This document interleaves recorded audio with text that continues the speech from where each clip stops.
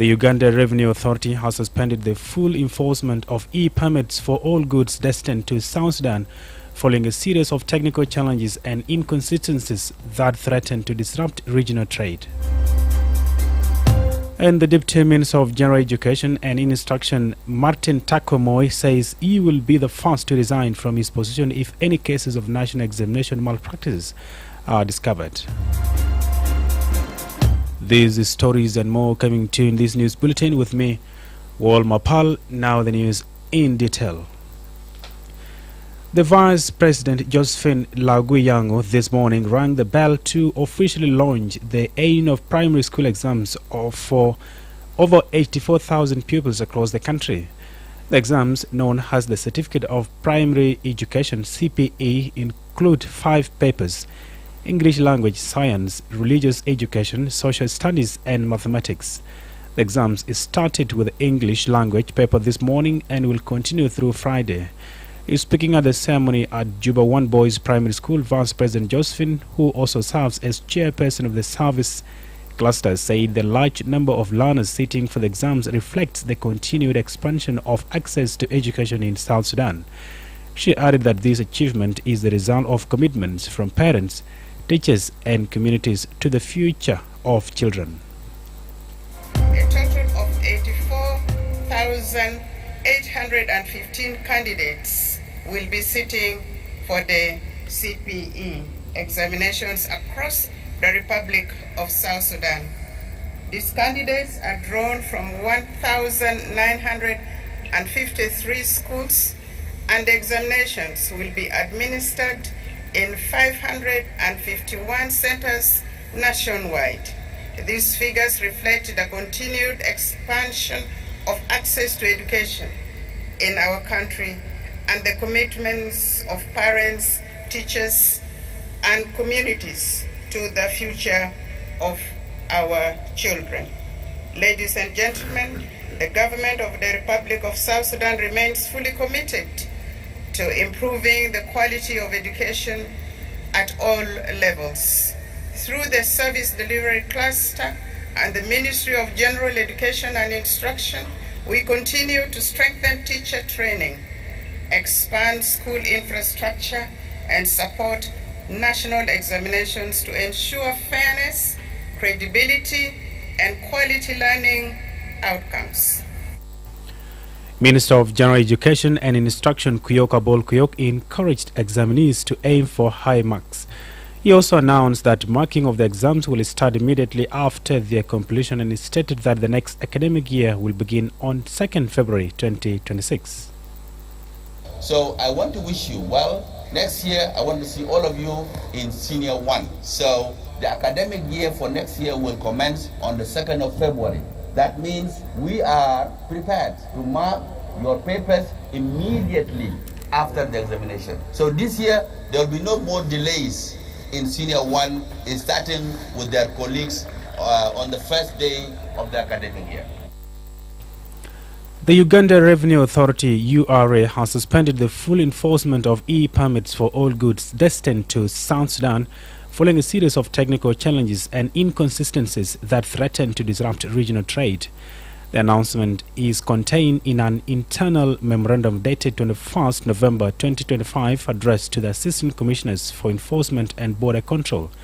The memo reviewed an earlier directive issued on 17th November that had ordered the full rollout of the e-permit system. According to URA, although South Sudan supports the introduction of the e-permit and acknowledges its benefits, implementation has faced significant hurdles. The memo highlights numerous exemption letters issued from South Sudan that created non-uniform application of the system, as well as the lack of a clear exclusion procedure for exempt consignments. URA further noted that the e-permit was being applied even to consignments that are not electronically monitored under the Regional Electronic Cargo Tracking System, raising concerns over its compatibility with electronic sealing procedures when not uniformly implemented. In its statement, URA said the suspension aims to smoothen trade facilitation and avert additional financial losses already felt by manufacturers, exporters, and other actors along the import-export chain. The authority emphasized that the move is temporary and will remain in effect, with Uganda and the South Sudan Revenue Authority engaged in bilateral discussions to resolve the operational gaps. During this interim period, the e-permit function will also be disabled with rates to avoid compromising electronic monitoring. Asadu Kigozi Kisutu signed the memorandum on behalf of URA's Customs Department. The South Sudan Revenue Authority is yet to comment on their development. This is IRD Afternoon News. The Deputy Minister of General Education and Instruction, Martin Tako Moy, says he will be the first to resign from his position if any cases of national examination malpractice are discovered. The Deputy Minister said he would do so, particularly if exams papers are circulated to candidates through mobile phones. Mr. Tako made the remarks this morning during the official launch of the Primary Certificate of Examination at Juba 1 Boys Primary School, where he presided over the bell-ringing ceremony to mark the start of the exams. Tako cautioned candidates and schools that any attempt at cheating could lead to the cancellation of examinations for that specific session. Last year, we were forced to cancel examination of the whole school because of malpractices. This year, we may even do the same. And you who are before me here, let this message be clear. If you cheat, you will cheat your own future, you will cheat your parents, you will cheat this country which you are supposed to lead in near future. Therefore, we are warning you not to attempt any malpractice. And that message should be clear. The second message is don't expect that you will find the examination which has been sent to you through your telephones. You will never get it. And if you get the examination, a false examination, I will be the first person to resign from the position of Deputy Minister. About 85,000 candidates were registered for the exams across the country. Last week, Minister of General Education and Instruction Kuyoka Bol Kuyok announced that 45,545 of the candidates are boys and 39,269 are girls. The candidates come from 1,953 schools across 551 examination centers, adding that the number of candidates sitting for the P8 exams has increased by 15,535 compared to last year, when 70,010 students sat for the examinations. And finally, before regional and international stories, Eastern Equatorial State Minister of Information says the security situation in the area is normal, as the forces and youth in the area are still pursuing the attackers who launched an attack on Torit last week. Eliel Hutch John says the attackers are still on run and the forces are following them to ensure that they are no longer in the state. His remarks come 1 week after the governor of Eastern Equatorial State, Louise Lobong Lejore, said SPLMIO forces shot and killed the deputy police inspector of Torit County during that attack. Meanwhile, the State Minister of Information confirmed to Arido that the town is normal and everyone is going about their normal businesses. Minister John describes the information that is spreading in various social media platforms about the tension in the area as untrue. He spoke to Arido from Torit Town this morning. The current security situation is very normal. The attackers who have launched a raid in Torit on the 18th, they are now on a run. Our forces, together with the youth, are pursuing them, and we want to make sure they are pursued until we don't see their traces in the soil of this state. So the propaganda that is spreading in various social media platforms, particularly Facebook, propagated by the people who are not fans of Eastern Equatoria particularly, is not true. So as we are speaking, people are going with their no business in Torit and its surrounding. The area is peaceful, and the organizations are going about with their business and with their operations. So whatever the public is reading from various social media platforms is not true. This is IRD News. Now to Upper Nile State, where Governor Jacob Dollarwood visited Wulang County on Sunday as part of his statewide introductory tour to share key government priorities and engage local communities. Governor Dollar was appointed in October, replacing General James Kongchol. His visit to Wulang County comes as part of efforts to promote peace, unity and stability after violence spilled over from neighboring Nasser County following deadly clashes between government and opposition forces in March this year. The governor arrived on a UN helicopter and was welcomed by crowds of people, traditional leaders and youth representatives. He was accompanied by the County Commissioner, Major General Justin Nyal Batong, and other state officials. And now to the regional international stories. Here is my colleague Lasuba Memo. Thanks, Wol Mapal, making headlines on the African soil and elsewhere.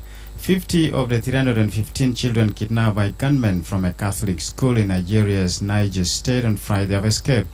The Christian Association of Nigeria says they have been reunited with their families.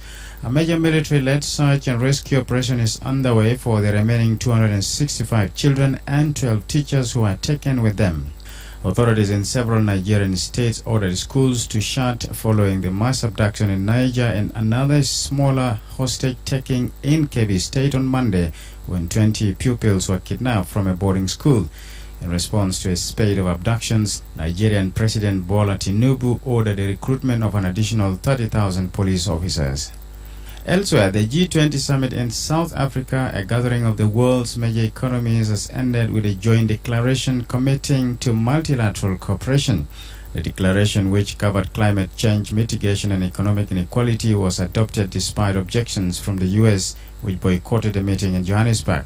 Speaking at the closing ceremony on Sunday, South African President Cyril Ramaphosa said the agreement showed shared goals overweighed the country's differences. And finally, senior figures involved in the BBC's recent troubles will be questioned by MPs on Monday. Michael Prescott, a former editorial advisor who raised concerns about the BBC reporting, including Panorama's edit of a Donald Trump speech, will speak on the matter in public for the first time when he appears in front of a House of Commons committee. An internal memo written by Prescott was leaked to the press, leading to the resignations of the BBC's Director General and Head of News earlier this month. Also giving evidence will be BBC Chairman Samir Shah, who is under pressure for his handling. That's all making headlines on the African soil and elsewhere. Back to you, Wol Mapal. Thank you so much, Lasuba Memo. And to end this bulletin, here is a quick recap once again.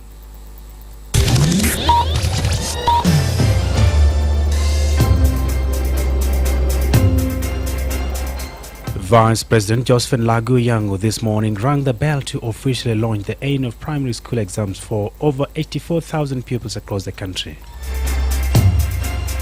The Uganda Revenue Authority has suspended the full enforcement of e-permits for all goods destined to South Sudan following a series of technical challenges and inconsistencies that threaten to disrupt regional trade.